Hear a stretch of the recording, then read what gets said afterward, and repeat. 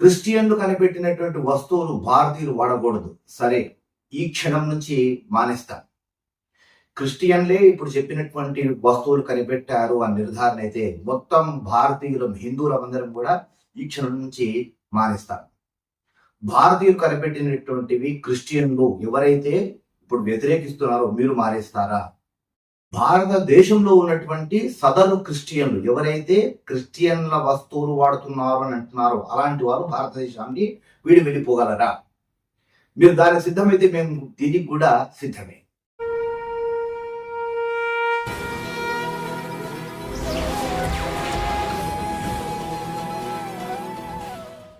నమస్తే, హిందూ ధర్మ చక్రం ఛానల్కి స్వాగతం. నా పేరు శ్రీకాంత్ శర్మ. ఆధ్యాత్మిక సమాచారం కోసము, సనాతన ధర్మ విషయాల కోసం, దేశం కోసం, ధర్మం కోసం హిందూ ధర్మ చక్రం ఛానల్ని సబ్స్క్రైబ్ చేసుకొని ఫాలో అవ్వండి. ఇప్పుడు ఒక ట్రెండ్ సృష్టించారు. దీన్ని ట్రెండ్ను ఫాలో అవ్వడం కోసం కాదు, గందరగోళం చేయడం కోసము ఒక ట్రెండ్ను సృష్టించి సమాజాన్ని అస్తిత్వం పరచాలనేటువంటి ఒక కుట్ర. భారతదేశము ఈ దేశంలో అన్ని మతాల వాళ్ళు స్వేచ్ఛగా జీవించేటువంటి హక్కు ఉన్నటువంటి ఈ దేశంలో ఇప్పుడు క్రిస్టియన్లు, కొంతమంది సోకాల్డ్ క్రిస్టియన్లు, ఇందులో జెన్యూన్ క్రిస్టియన్లు కూడా ఉండవచ్చు కాక, కానీ కొంతమంది సోకాల్డ్ క్రిస్టియన్లు కనిపెట్టినటువంటి వస్తువులు భారతీయులు, అందులో ముఖ్యంగా సనాతన ధర్మవాదులు, సనాతనీయులు అంటారు కదా, ఇలాంటి వాళ్ళు ఎందుకు వాడుతున్నారు? వాడకండి అంటూ ప్రశ్నిస్తున్నారు. వాళ్ళ కోసమే ఈ వీడియో. సరే, వాడడం మానేద్దాం, వివరాల్లోకి వెళ్దాం. భారతీయులైనటువంటి వాళ్ళు, సనాతన ధర్మంలో ఉండేటువంటి వాళ్ళు క్రిస్టియన్లు కనిపెట్టినటువంటి మేజర్గా అందులో వాళ్ళు చెప్పేటువంటివి ఏంటంటే యూట్యూబ్, ఫేస్బుక్, ఇన్స్టాగ్రామ్, జీమెయిల్, ఇంకా ఎన్నెన్నో ఉన్నాయి. ఇలాంటివి వాళ్ళు కనిపెట్టినటువంటివి, ఇవి క్రిస్టియన్లు కనిపెట్టారట వాళ్ళ వాదన. ఈ క్రిస్టియన్లు కనిపెట్టినటువంటివి మీరు సనాతన ధర్మవాదులు మీరు ఎందుకు వాడతారు? మీరు వాడకూడదు. సరే, మానేస్తాం, వాడం, ఈ క్షణం నుంచి వదిలేద్దాం. సనాతనీయులందరూ కూడా సిద్ధంగానే ఉన్నారు. అందరి తరఫున చెప్తున్నాను. సనాతన ధర్మంలో ఉండేటువంటి వాళ్ళు మీరు చెప్పినట్టుగా క్రిస్టియన్లు కనిపెట్టినటువంటివి ఏవేవైతే ఉన్నాయో తక్షణమే మానేయడానికి మేము సిద్ధంగా ఉన్నాం. But conditions apply. ఇప్పుడు మీరు చెప్తున్నటువంటి ఈ ఫేస్బుక్, ఇన్స్టాగ్రామ్, ట్విట్టర్, లేకపోతే యూట్యూబ్, ఇట్లాంటివన్నీ కూడా మీరు మీ వాదన ఏంటంటే క్రిస్టియన్లు కనిపెట్టారు అంటున్నారు. నా ప్రశ్న ఏంటంటే, ఇప్పుడు మీరు చెప్పినటువంటి ఈ లిస్టు, ఇవి మాత్రమే కాకుండా మీ దగ్గర ఇంకొంత లిస్టు ఏదైతే ఉందో క్రిస్టియన్లు కనిపెట్టినవి అనేటువంటివి, ఆ కనిపెట్టినటువంటి వాళ్ళందరూ కూడా క్రిస్టియన్లే అని మీరు రుజువు చేయగలరా? Number 1 point. నంబర్ 2, వాళ్ళందరూ కూడా ఆ కనిపెట్టినటువంటి ఆ సీఈఓలు కానివ్వండి, వాళ్ళు కానివ్వండి, వాళ్ళంతా కూడా మేం క్రిస్టియన్లము, మా ఆరాధ్య దైవము జీసస్ అని వాళ్ళ చేత చెప్పించగలరా? చెప్పించండి. ఇవి రెండు చేయించండి. తప్పకుండా వాళ్ళు గనక అవును మేం క్రిస్టియన్లము, మా ఆరాధ్య దైవం క్రిస్టియన్ అని వారు చెప్తే తప్పకుండా మానేసే ప్రయత్నం చేద్దాం ఖచ్చితంగా. మరో ముఖ్యమైన విషయం ఏంటంటే, వాళ్ళు గనక అవును మేం క్రిస్టియన్లము, మా దైవం జీసస్ కనుక మేము కనిపెట్టినటువంటివి సనాతనీయులు వాడడానికి వీల్లేదు అని వాళ్ళ చేత చెప్పించగలరా? చెప్పించండి. మీ అభిప్రాయం అదే కదా. క్రిస్టియన్లు కనిపెట్టినటువంటివి సనాతనీయులు వాడకూడదు, మీ అభిప్రాయం ఏదైతే ఉందో ఆ అభిప్రాయాన్ని వాళ్ళ చేత కూడా చెప్పించండి. చెప్పించలేరా? ఇదంతా కూడా కోతి చిద్దులాటలైనా ఇవన్నీ కూడా కోతి కొబ్బరి చెప్పు దొరికితే లేదా కలు తాగిన కోతిలాగా ఆటలాడటమేనా ఇదంతా? వాళ్ళు కనిపెట్టినటువంటి వాళ్ళు గనక మా అభిప్రాయం ఇది, సనాతనీయులు వాడకూడదు అంటే ఖచ్చితంగా దాని అవి మానేస్తాం. దానికి తగ్గినటువంటి ప్రతిచర్య కూడా ఉంటుంది. వాళ్ళంతా క్రిస్టియన్లు, వాళ్ళ ఆరాధ్య దైవం జీసస్, అవును మా అభిమతం ప్రకారం సనాతనీయులు వాడకూడదు, ఇది వాళ్ళు చెప్పాలి. మీరు కందకు లేని దురద కత్తిపీటకు ఎందుకు అన్నట్టుగా మీరు మీరు కనిపెట్టింది ఏదీ లేదు. మీరు పెంచుతున్నారు అంతే. ఈ దేశం మీద పడి, ఈ దేశం మీద బతుక్కుంటూ, ఈ దేశం తిండి తినుకుంటూ, ఈ దేశం గాలి పీల్చుకుంటూ, ఈ దేశం నీళ్లు దాక్కుంటూ, ఇక్కడ బతుక్కుంటూ, ఈ దేశము దయదలిస్తే బతుక్కుంటూ, ఇక్కడ మీరు కనిపెట్టింది ఏది లేదు. మీరు పెంచుతున్నారు. అర్థమవుతుందా మీకు? అసలు విషయానికి వద్దాం. ఒకవేళ మీరన్నట్టుగా క్రిస్టియన్లు కనిపెట్టినట్టువి భారతీయులు కానీ సనాతనీయులు కానీ వాడకూడదనేటువంటి కోణంలోకి వస్తే, భారతీయులు హిందూ ధర్మంలో ఉండేటువంటి వాళ్ళు కనిపెట్టినటువంటివి మీ సదరు క్రిస్టియన్లు మీరు కూడా మానేయాలి. అంతే, షరత్ అంతే. మీరు కనిపెట్టినవి మేము మానేసేట్టయితే కనుక మా ఋషులు, మా మహర్షులు, మా పూర్వీకులు కనిపెట్టినటువంటివి మీరు వాడడానికి వీల్లేదు, మీరు వదిలేయాలి.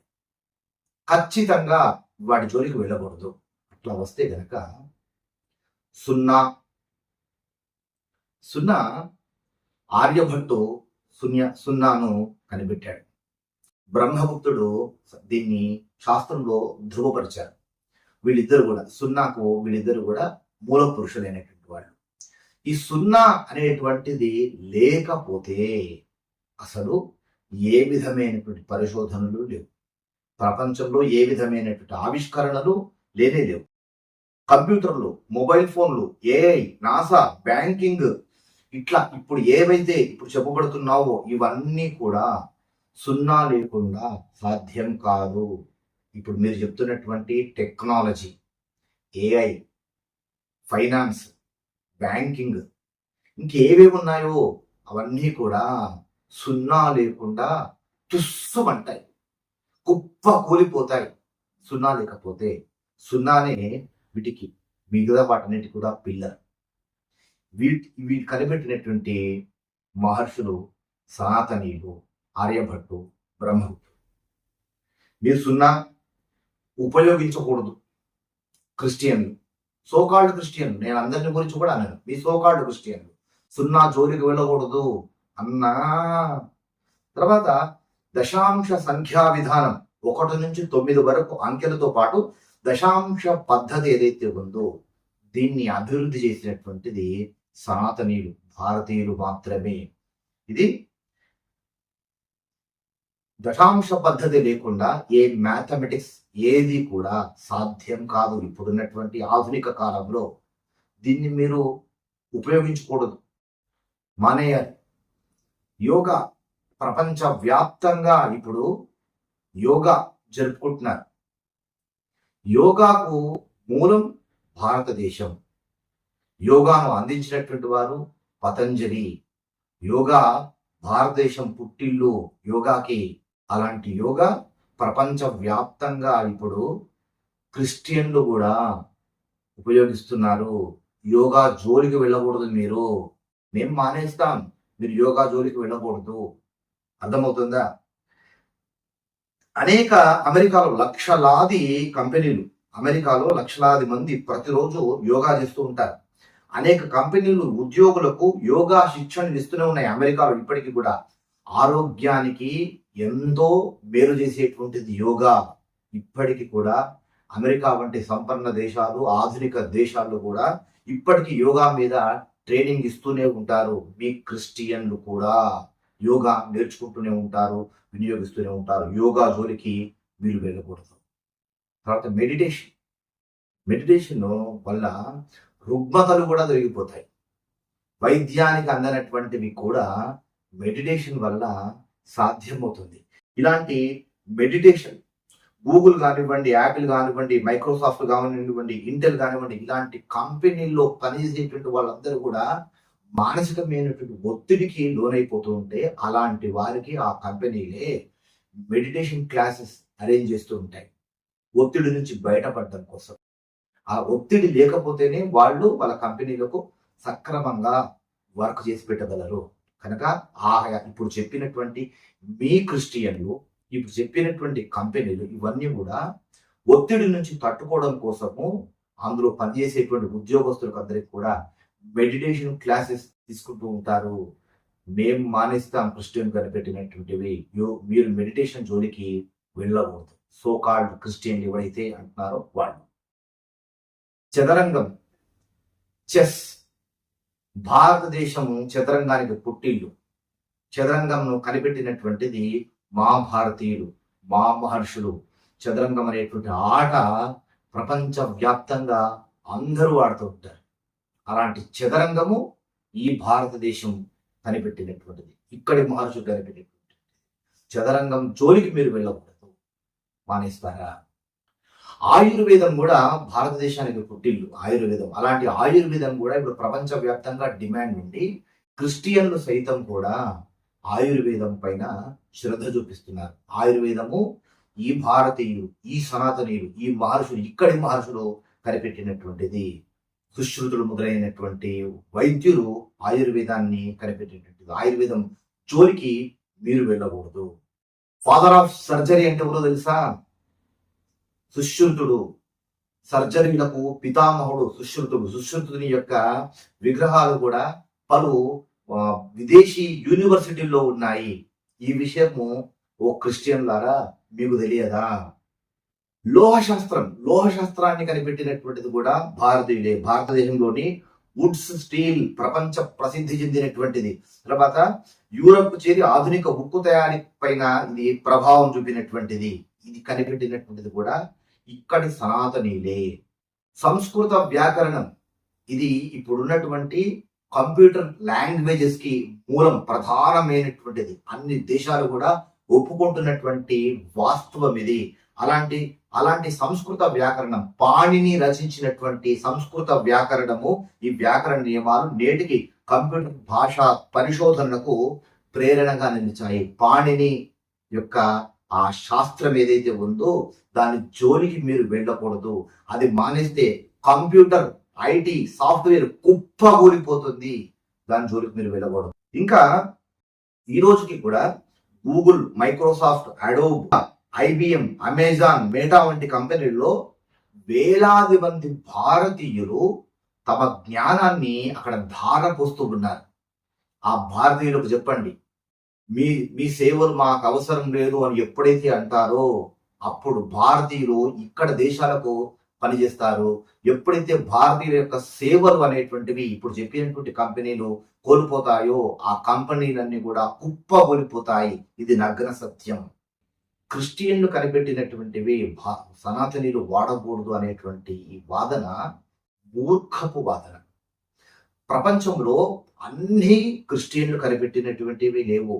ప్రపంచంలో అన్ని భారతీయ మూలాలే కాదు.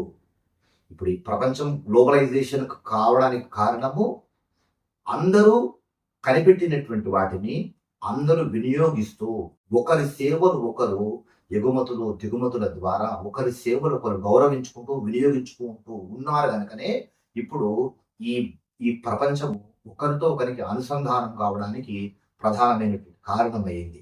ఇలాంటి తరుణంలో కువ్యాఖ్యానాలు చేసి మా క్రిస్టియన్లే గొప్పవారు, మేము కనిపెట్టినవే మీరు వాటిని వాడుకొని బతుకుతున్నారు అంటే కనుక మా జాతి మూలాలు ఏవైతే ఉన్నాయో వాటిని వెనక్కి తీసుకుంటే కనుక ప్రపంచంలో ఏ దేశం యొక్క వ్యవస్థ, ఏ దేశం యొక్క సాంకేతికత, ఏ దేశం యొక్క ఆర్థిక వ్యవస్థ అనేటువంటిది నడవదు.